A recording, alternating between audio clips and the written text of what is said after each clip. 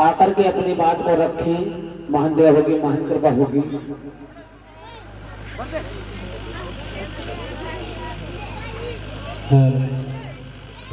अभी जानते हैं, अभी यहाँ पे हमारे नानपारा जिला नानपारा ग्राम सभा विधानसभा के अध्यक्ष राजेश कुमार गौतम जी जो भीम आर्मी के अध्यक्ष हैं, अभी आप लोगों को बताएं, यहाँ बहुत लोग जानते हैं कि पासी खटी सारी जातियां अलग अलग हैं, लेकिन ये कोई नहीं जानता है सारी जातियां एक है।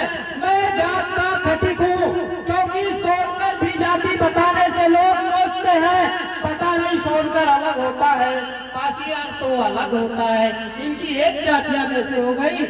जब कहीं बात आती है कागज की तो वहाँ पे लिखा जाता है यस्सी लिखो, चमार के घर हम खा नहीं सकते।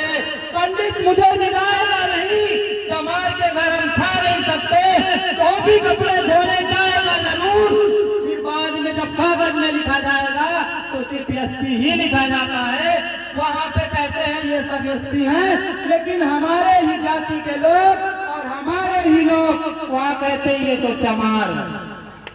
चमार वो नहीं, चमार तो तुम हो जो खुद चमड़े का फूल के पहन के घूमते हो और फिर भी कहते हो वो चमार है। तुमसे लाख जुड़ा चमार ठीक है, जब उनपे कोई कलंक नहीं, उन्हें सब लोग कहते हो चमार। तुम हो के नहीं कह पा रहे हो कि हम इस जाति के हैं, तुमसे बड़ा कोई कलंकी हो ही नहीं सकता है। क्योंकि अगर इस सभा में यहाँ जो हमारी माताएं बहनें हमारे भाई बैठे हैं, तुम कब तक पीछे खड़े रहोगे? जब तक पीछे खड़े रहोगे धक्के में और पीछे जाओगे, आगे घुसने की कोशिश करो, बहुत दिनों से पीछे खड़े होते आ रहे हो। कम से कम सब तो आगे आओ, ना सरकार बदल पाए ना कुछ कर पाए, जब कोई बात उठाओ तो सिर्फ एक ही बात कहते हो सरकार हमारी है नहीं, हम तो कुछ कर ही नहीं पाएंगे, क्योंकि सरकार तुम्हारी नहीं है, तुम्हारे वजह से तुम्हारी सरकार नहीं है। आज उनके लड़के पढ़ाए जाते हैं, लिखाए जाते हैं, और मंदिर मस्जिद जितने भी हैं सबसे पहले हमारे जाति के लोग होते हैं, वहाँ एससी ओबीसी एसटी के लोग, क्योंकि उनको मालूम है ये तो वहीं पे कूदेंगे, दूसरा वहाँ कूदने वाला दिखेगा ही नहीं। नवरात्रि को अगर 10 महीने रह जाए तो लोग मुंबई से कहते हैं मुझे तो नवरात्रि में जाना है, लोग पंजाब गुजरात मेरठ कहीं भी हो कह रहे नवरात्रि में मुझे जाना है, लेकिन किसी ने ये नहीं कहा 14 अप्रैल आने वाला है, मुझे उस 14 अप्रैल में आना है जिसने मुझे जीवन दिया है, किसी ने नहीं कहा, क्योंकि उनको मालूम ही नहीं। हमारे माँ बाप हमको तो मंदिर में मुंडन मानते हैं तो जगली बाबा में कीर्तन, क्योंकि वो हमें वही चीज सिखाया गया था, इसके लिए मेरी आंखें नहीं खुली मुझे कहाँ जाना है कहाँ नहीं जाना है, क्योंकि उस स्कूल में भी मुझे नहीं पढ़ाया गया जहाँ मैंने डिग्री करके कागज लिया है, वहाँ भी नहीं मुझे पढ़ाया गया कि संविधान का मतलब होता क्या है। मुझे तो मेरे लोग और मेरे पहचानने वाले लोग जिन्होंने डिग्री की, बीए किया, इंटर किया, मैं भी बीए करके बैठा हूँ, क्योंकि सरकार मेरी है नहीं तो नौकरी मुझे मिलेगी नहीं, तो इससे बेहतर है समाज का ही काम किया जाए, क्योंकि कमाता खाता तो हर कोई है। और उनके लोग जानते हैं तुम्हारे लोग सो रहे हैं, जिस दिन अपने लोग जाग जाएंगे सरकार भी हमारी होगी, अदालत भी हमारी होगी, साहब हर गली हर चौराहे पे लोग भी हमारे होंगे, क्योंकि भीम आर्मी का नाम लेते हो आप लोग, कहते हो भीम आर्मी आएगी, भीम आर्मी कहीं बन के नहीं आई है। मैं तुम्हारा बेटा हूँ, जैसे तुम्हारा अपने एक बेटे को भीम आर्मी के लिए खड़ा कर दो और तुम्हारी मेरी सबकी लड़ाई लड़ेगा, क्योंकि हर गांव में एक अगर अपना एक बच्चा तुम लोग कहते कि मैं इसको भीम आर्मी में तय किया हूँ, ये सिर्फ मिशन का काम करेगा, तो बच्चे आपके कमाने खाने भर का कमाएंगे, तो ये सारा देश हमारा मिनटों में बदल जाएगा। क्योंकि अगर 15 अगस्त आ जाता है तो हर घर में तिरंगा बांटा जाता है, और 14 अप्रैल आता है संविधान दिवस आता है, तो क्यों नहीं संविधान बांटा जाता है? क्योंकि अगर संविधान बांटा गया तो तुम जाग जाओगे, इसके लिए संविधान नहीं बांटा जाता है। क्योंकि हमारी माताएं बहनें जो बैठी हो उन्होंने अपनी फांसी तो जाति खत्म की, क्योंकि अगर ऐसे बताएंगे तो लोग समझेंगे नहीं, क्योंकि इसके आसपास हमारे भी लोग पाक हैं, सबसे ज्यादा पाखंडवार मनवादी वो है, क्योंकि उनको अभी जिस दिन तुम गोबर पूजना छोड़ दोगे उसी दिन तुम्हारी अक्ल आ जाएगी कि हमें कहाँ जाना है। कोई अपने सुहाग को गोबर पे टिकता है, अगर अगर कहीं थोड़ा गिर जाता है तो कहते उसको धो दो क्योंकि पैर ना पड़ जाए और गोबर में देना बताए इसको 5 बार चढ़ाओ, इसको 7 बार चढ़ाओ, क्योंकि ये सब आप ही लोग करते हो। अगर ये सब करना छोड़ दो तो हमारा समाज सुधरेगा। जब आप करना छोड़ दोगे तो आपके बच्चे पूछेंगे ये क्या हो रहा है, ये कैसे हो रहा है, तभी सब वो लोग बदलेंगे और तभी आप भी बदलेंगे। अगर हमारे जो देश की और हमारे जो यहाँ महिलाएं बैठी हैं, अगर आप लोग नहीं बदलेंगे तो ये लोग बिल्कुल नहीं बदलेंगे, क्योंकि इनको रीति रिवाज जो है, कुछ लोग तो हमारे यहाँ पढ़े लिखे बैठे हैं, ये बैठे जो आपके सामने कुर्सी पर ये कुछ ना कुछ ऊंची पद पे है, यही सोच रहे हैं ना यहाँ कोई नहीं है, आपने वो अपना हक छीना नहीं किसी से और किसी से मांगा नहीं। सोच रहा सरकार बदलेगी तो हमारे अच्छे दिन आएंगे, तुमको खुद अपने अच्छे दिन लाना पड़ेगा, कोई सरकार लाके नहीं देगी।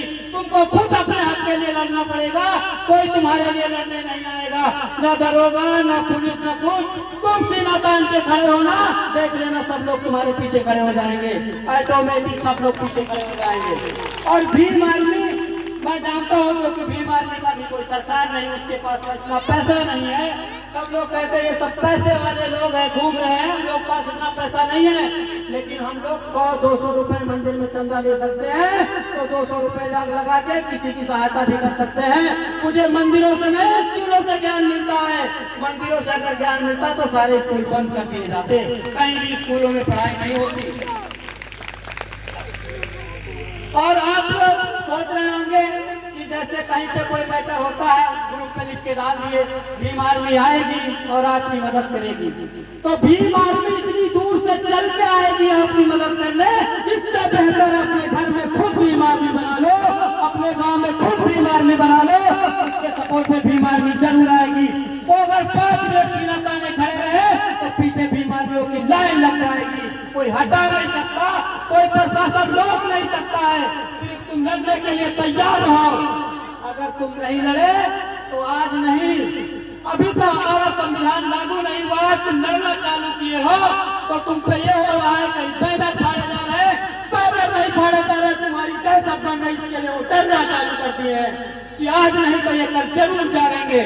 इसके लिए आप लोग सभी से कहता हूँ अपने बच्चों को स्कूल भेजो और अब आप भी अच्छी शिक्षा लो और अपने बच्चों को ज्ञान दो बराबर, पहले आधी रोटी और आधी चुका करवाओ और जातियों में मत बांटो, रोटी और बेटी मिला के तो देखो कैसा हमारा देश चलता है। जिस दिन हमारे लोग अपने एक हो गए सब चीजें हमारी होगी, क्योंकि अभी मैंने आप लोगों को और कुछ थोड़ी बात हमें कहनी है, इसलिए क्योंकि हम लोग यहाँ से इतनी दूर से दौड़ के इसलिए आए हैं क्योंकि हम परसों आए थे यहाँ पे, तो हम लोगों ने स्पीच अपनी इसलिए नहीं रखी क्योंकि यहाँ सब अच्छा था, क्योंकि कार्यक्रम जब हुआ वहाँ पे बैनर लगाए, सबके बैनर लगे रहते, हमारे नहीं, कोई नहीं छेड़ता है, और हमने एक अपना बैनर लगा दिया तो लोगों ने फाड़ना काटना चालू कर दिया। पूछो क्यों? क्योंकि उनको मालूम है कोई अगला यहाँ से निकलेगा तो वो पढ़ेगा इस पे क्या लिखा है, इसके लिए फाड़ना चालू कर दिया है। और आप लोग ये चीज मत सोचना कि भीम आर्मी आई थी और चली गई, क्योंकि अगर आप जिसको जानते हैं, अगर देखा है किसी ने, तो अगर आप बता सकते हैं तो सुबह अगर उसके ऊपर मुकदमा नहीं लिखा गया तो थाना हिला देंगे। और सभी माताओं बहनों से हाथ जोड़कर हार्दिक रिक्वेस्ट और अभिनंदन है कि आप लोग जागिए और आप लोगों में हम लोगों से ज्यादा साहस और दम है। सिर्फ आप लोग लड़ना नहीं चाहती, अगर घरों में कुछ हो जाता है तो दूसरों घर के तमाशा देखते और आप 2 ही जन लड़ती हैं, और तुम 2 जन लड़ना बंद कर दो, किसी अपने के लिए लड़ना चालू कर दो, फिर से औरतें कहाँ पहुंच जाती हैं।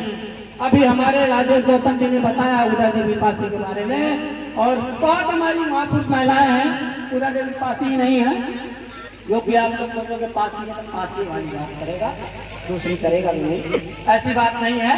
क्योंकि बहुत हमारी महिलाएं जो जैसे अभी आप ज्योतिबा फूले की हैं, तो जैसे उनकी पत्नी है, तो जैसे जो लोग जितना अपने आज कहते हैं शिक्षा की देवी, आप लोग शिक्षा की देवी, हम कहाँ से शिक्षा की देवी सरस्वती माता को माने, क्योंकि अगर हमारी शिक्षा की देवी है तो आप लोग अच्छी तरीके से जानते। कोई बता सकता है इसमें कि शिक्षा की देवी कौन है अपनी?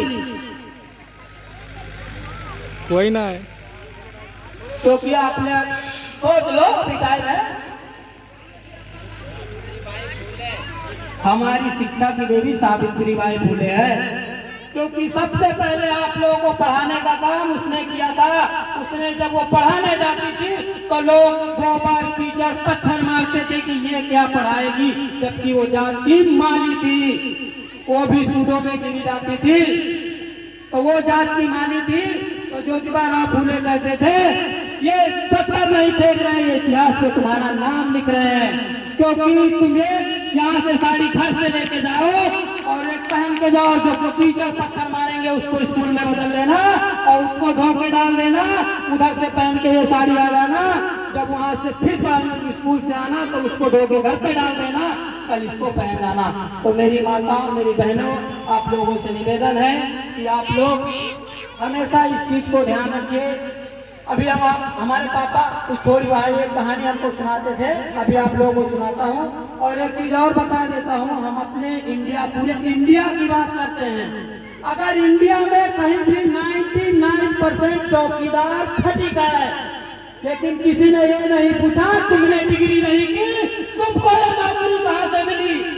किसी ने नहीं पूछा कि तुमको ये नौकरी कहाँ से मिली, ना तुमने डिग्री की और ना कुछ किया, कोई पूछने वाला नहीं है। जो चौकीदारी करते हैं उनको खुद नहीं मालूम कि मुझे नौकरी कैसे मिली।